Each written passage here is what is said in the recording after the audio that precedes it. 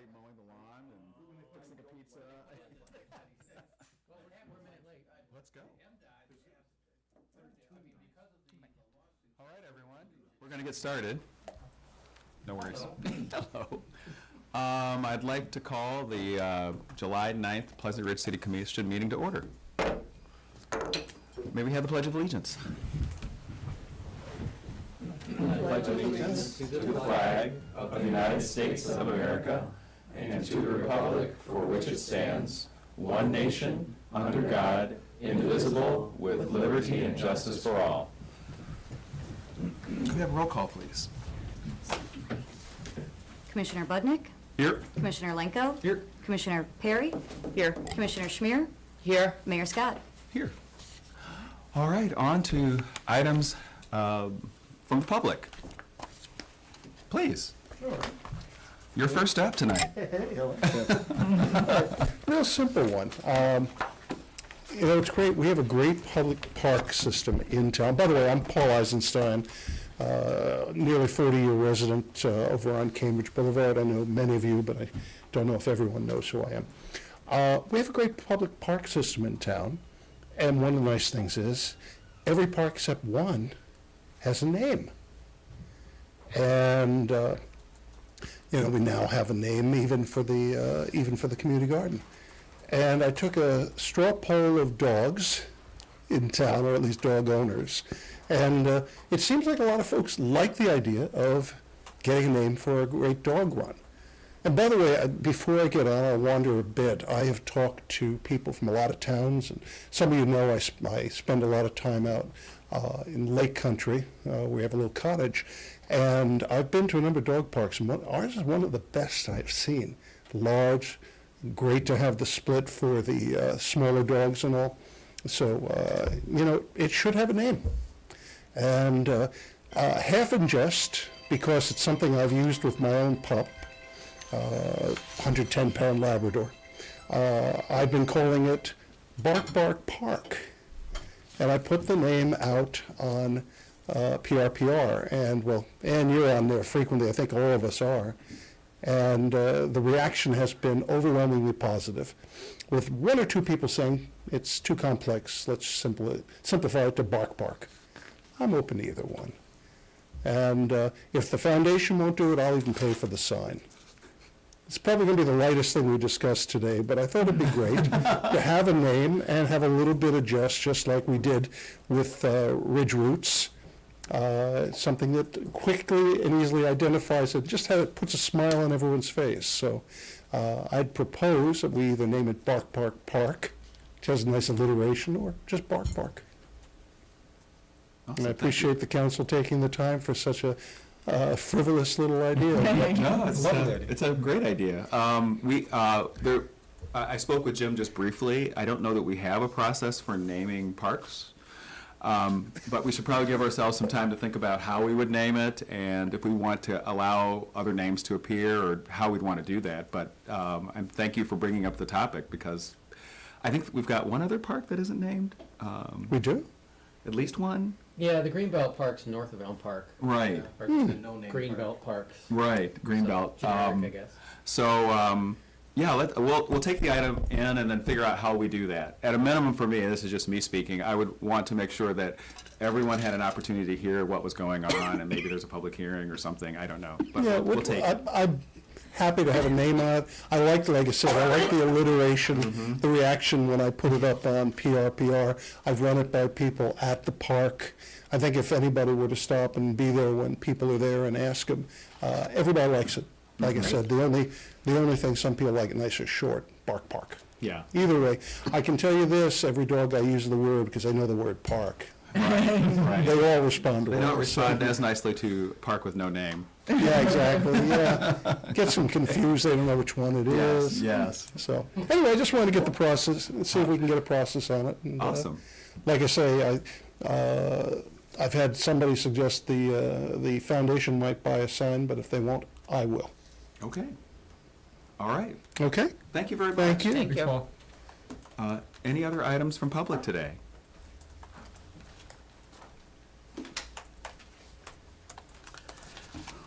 Well, good evening, Mayor, Commissioners, staff, and viewers.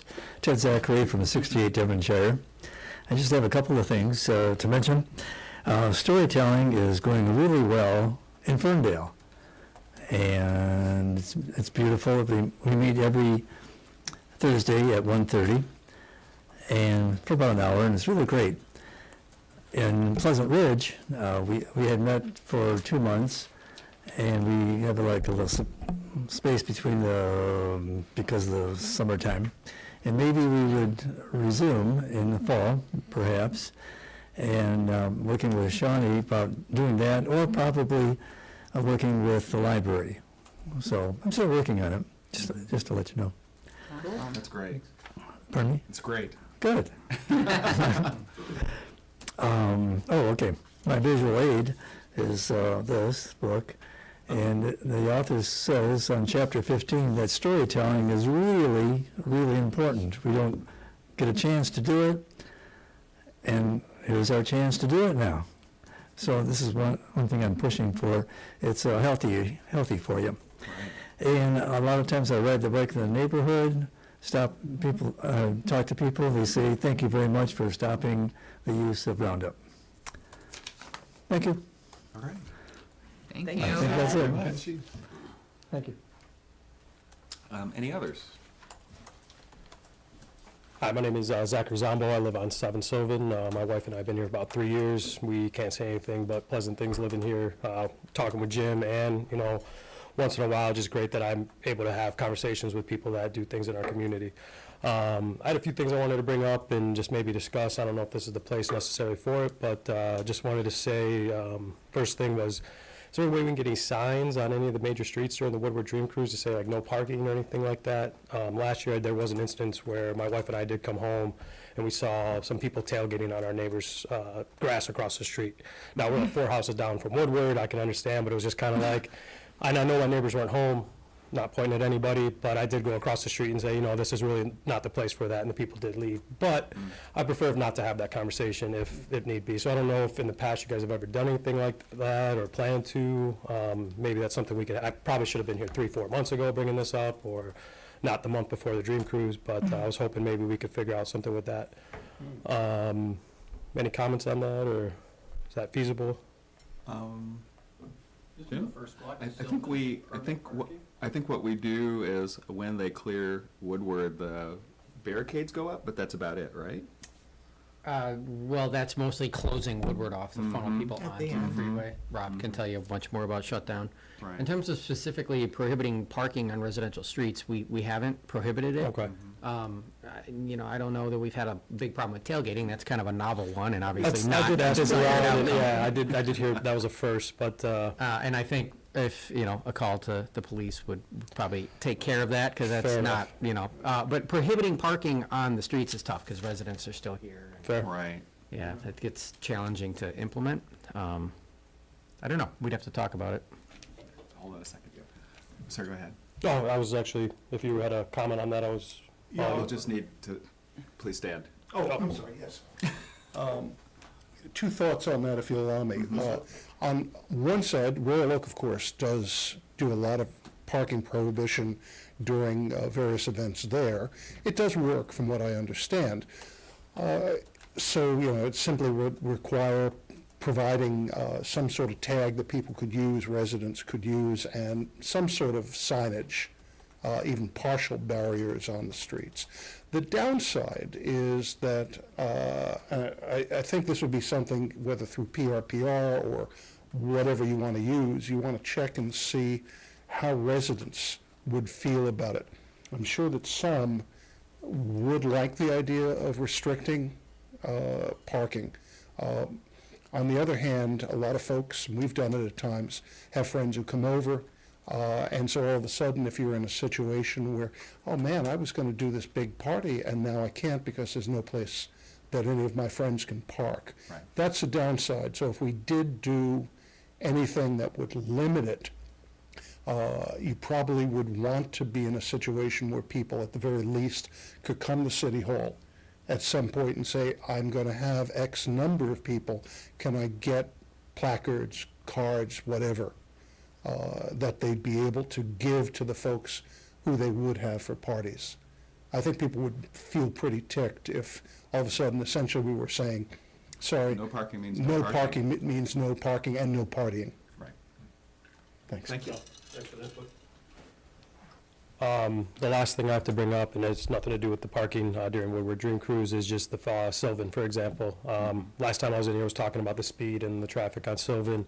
I actually have to say, and I think Kate would agree with me, that we're actually seeing a reduction in traffic on Sylvan, and it's great to see you guys implement something and it actually works, and that happens all the time for you guys, I'm sure, but just was nice to be a part of that process and see it actually happen. I know I've sent you a few emails, Jim, and just working with you has been great on that process. While we're on the topic of Sylvan, though, is the parking on both sides of the streets going to continue? Was that like a one-year trial run, or?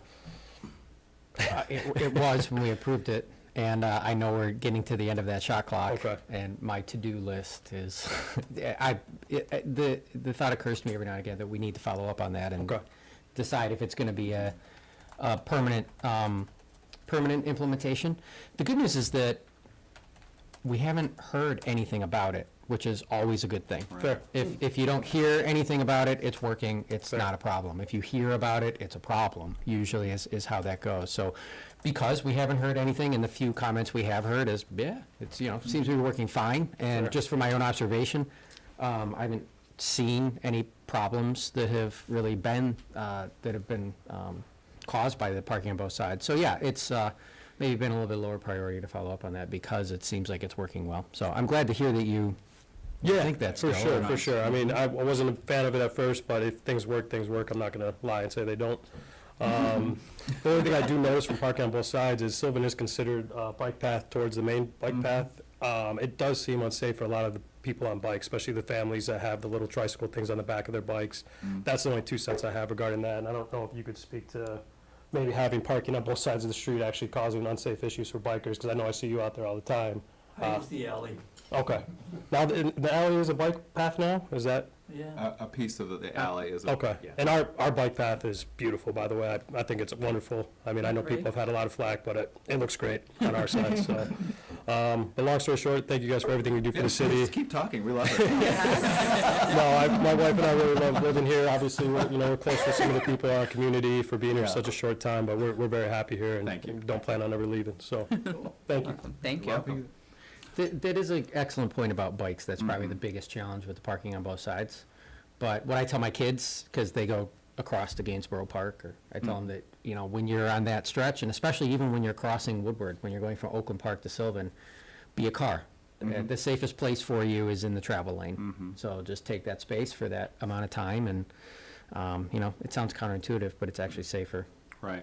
And I think they've, one of the things that I've heard other bicyclists say is because they had to press the button to get the light to stay on long enough, I think they may have fixed that.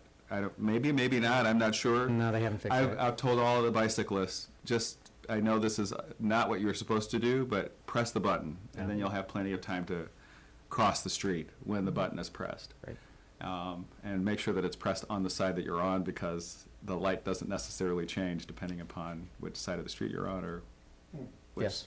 side of Sylvan or Oakland Park Boulevard you're on. They don't do the walk, don't walk signs the way I would do it. I'll say it that way.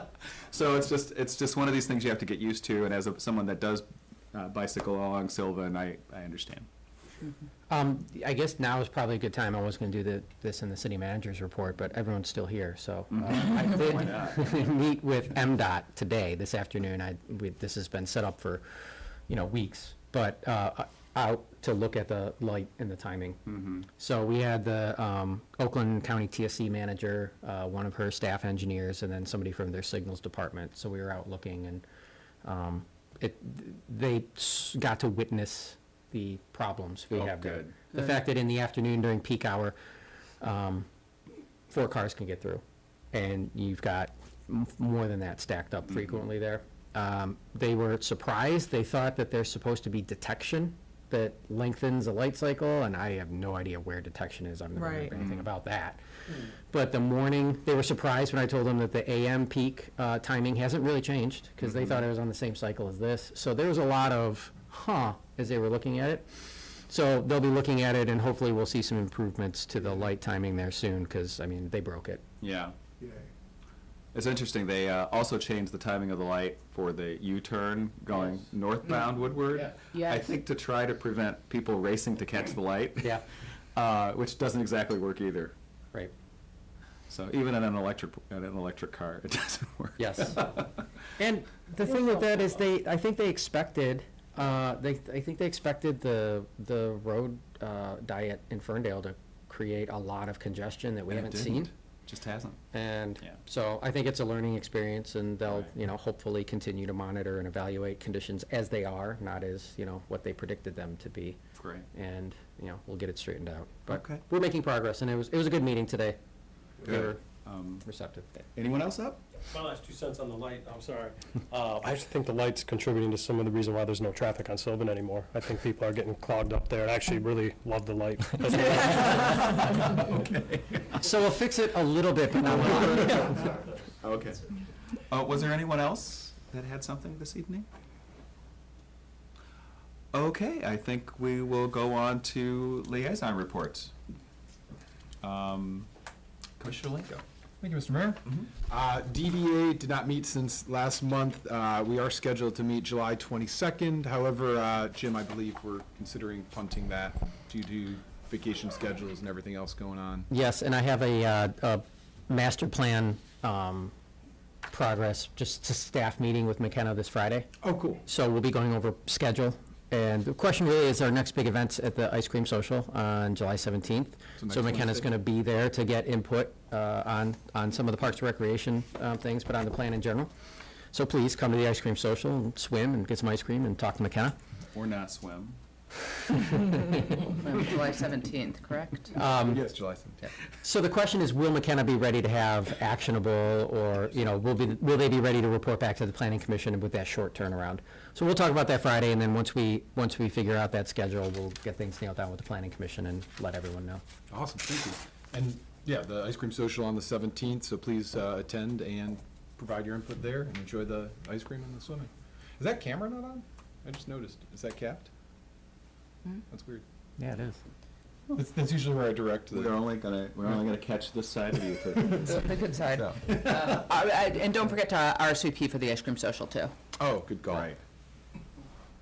Everyone is welcome, but just so there's enough ice cream. Awesome. Yeah, and then final reminder, DDA meets the fourth Monday quarterly. So, All right. Thank you. Thank you. Commissioner Schmier and Historical Commission. Thank you, Mayor. So Historical does not meet over the summer, but the museum is still open. Our next opening at the museum will be Saturday, the 20th, from 10 until noon, so please stop by. Also, if you want to set up an appointment any other time, please reach out to the Historical Commission, or you can stop by City Hall and they can get hold of Historical. And I actually just wanted to point out, Historical just redid, or fixed the walkway leading up. You know, the railing was going and some of the, so they fixed it. And I just wanted to, and if people didn't know this, when Historical does like the home tour, or when, you know, they do these fundraisers, the money is going to really the maintenance of the building. So, you know, the money is kind of going, it's really going back into that building. So, just as an FYI. And that is all. 100-year tiles. If your house is 100, if you got the letter in the mail, you can buy your 100-year tiles. There is a waiting list. You are paying now.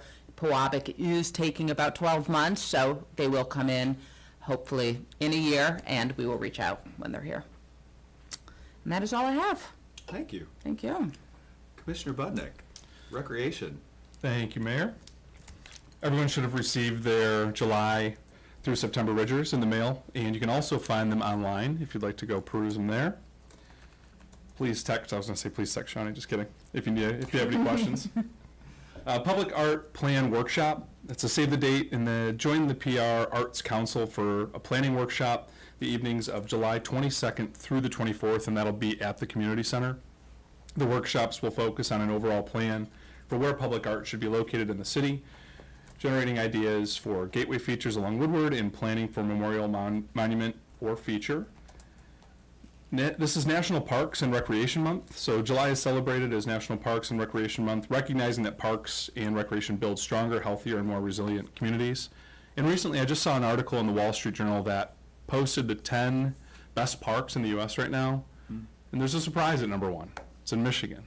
It's Isle Royale up in the UP. Oh. And the basis for it is a few different things, but it's how frequently it's traveled and a combination of how beautiful it is and what it has to offer. And they say Isle Royale actually beats out like Sequoia National Park and Yellowstone at this point, and based on their criteria. So pretty exciting we have that here in Michigan. I thought you were going to say Gainsborough. Quick interjection.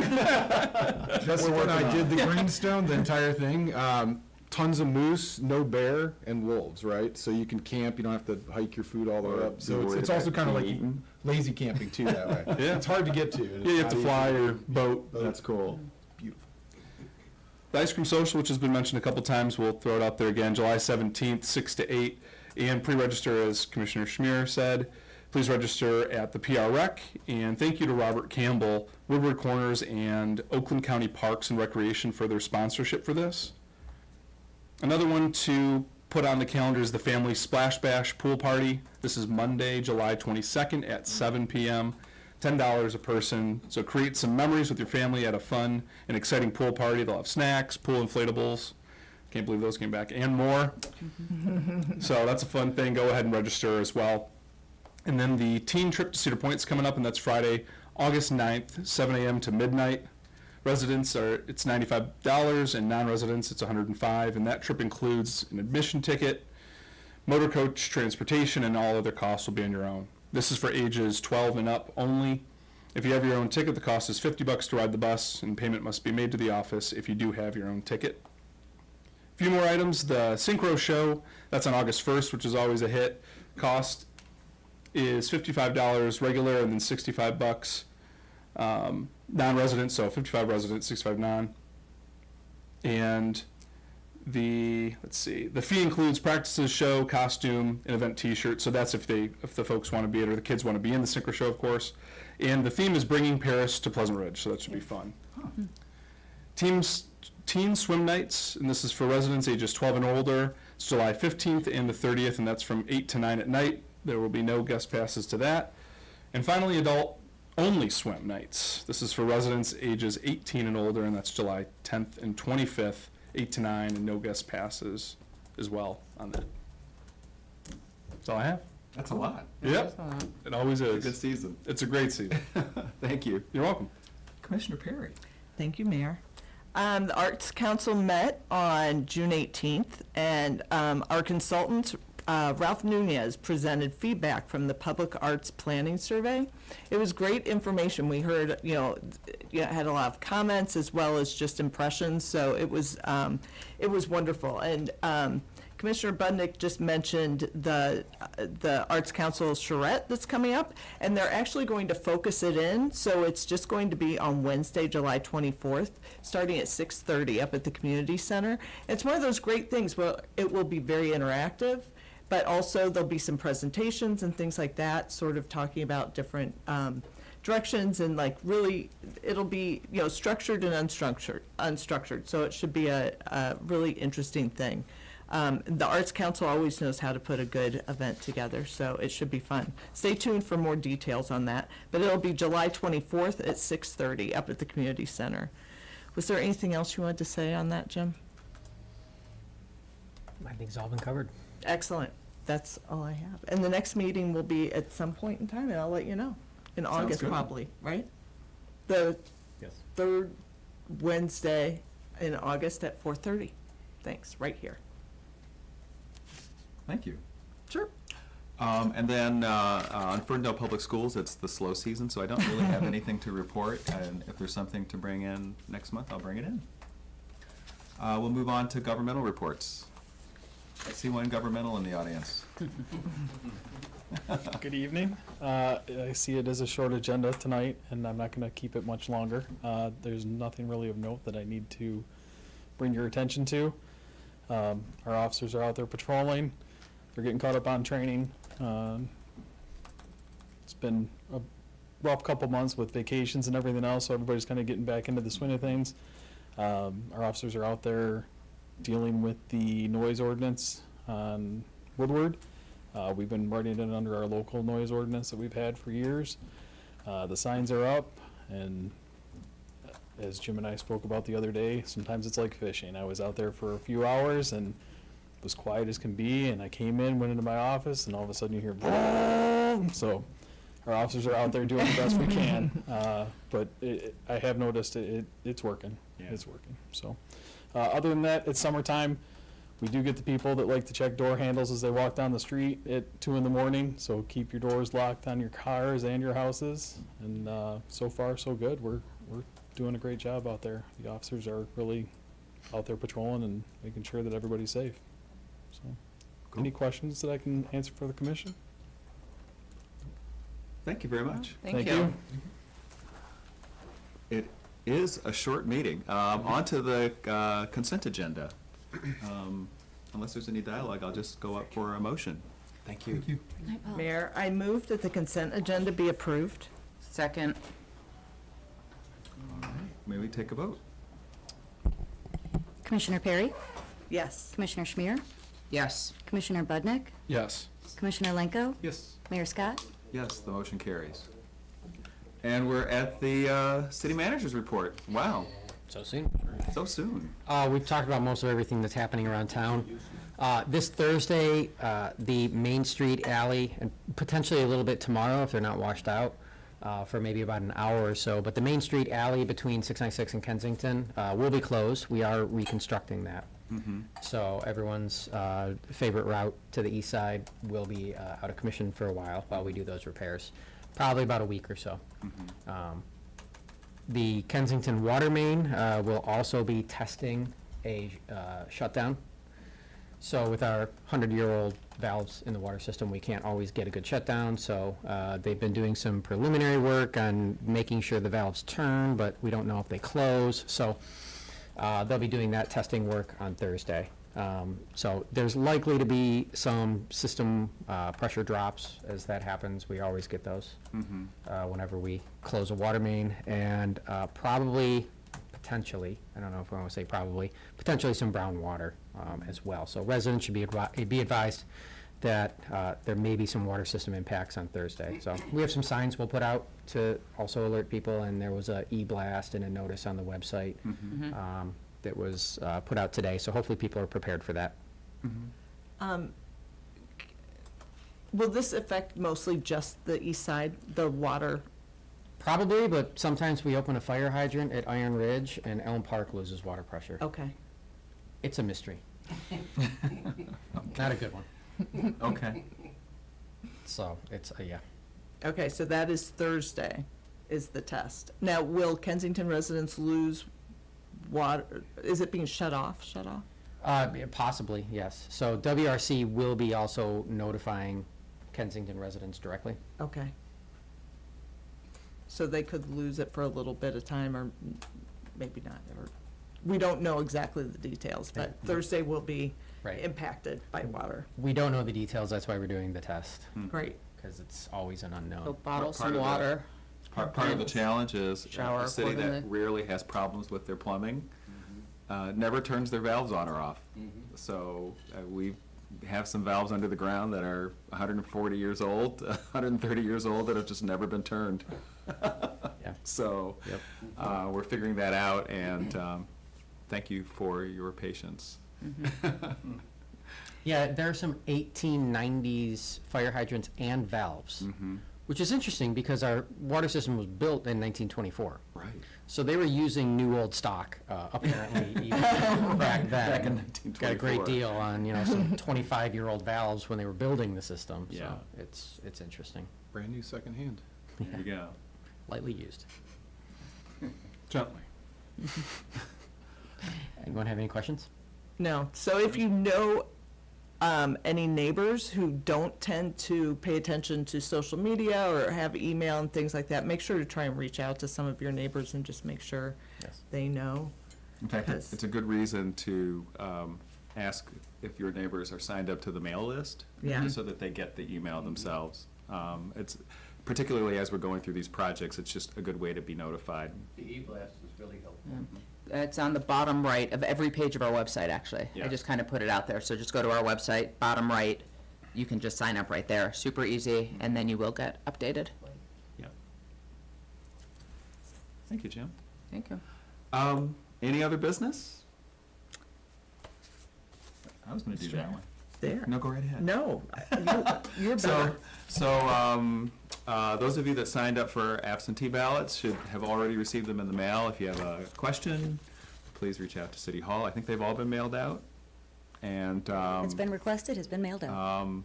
I've been telling people, August comes before November. So we have, you're gonna hear lots and lots about November, but we have an election in Michigan in August. And we've got a ballot, and you can, and if you'd like to sign up for absentee, you still can. And if you have already signed up for absentee ballots, because it was a little confusing earlier in the year, and you haven't received it, just check in with City Hall and we'll take care of it. That's all I've got. Oh, I'm sorry, please. Mark Levine, 8 Sylvan. We didn't get ballots. We signed up for it, we didn't get them. Oh, then please come into City Hall. Can I do that? Absolutely, I'll follow up. Actually, you are in City Hall, so. You can Oh, this is what, So you okay. hang on a minute. All right. Okay, and the only other thing, at 9 o'clock, MSNBC, Governor Whitmer will be on. Oh, thank you. Yes. Thank you. Any other business? No, I'm good, thank you. Okay. Well, with that, I think we'll adjourn the meeting. Motion to adjourn? Move to adjourn. Second? Second. All in favor? Aye. Bye. Aye.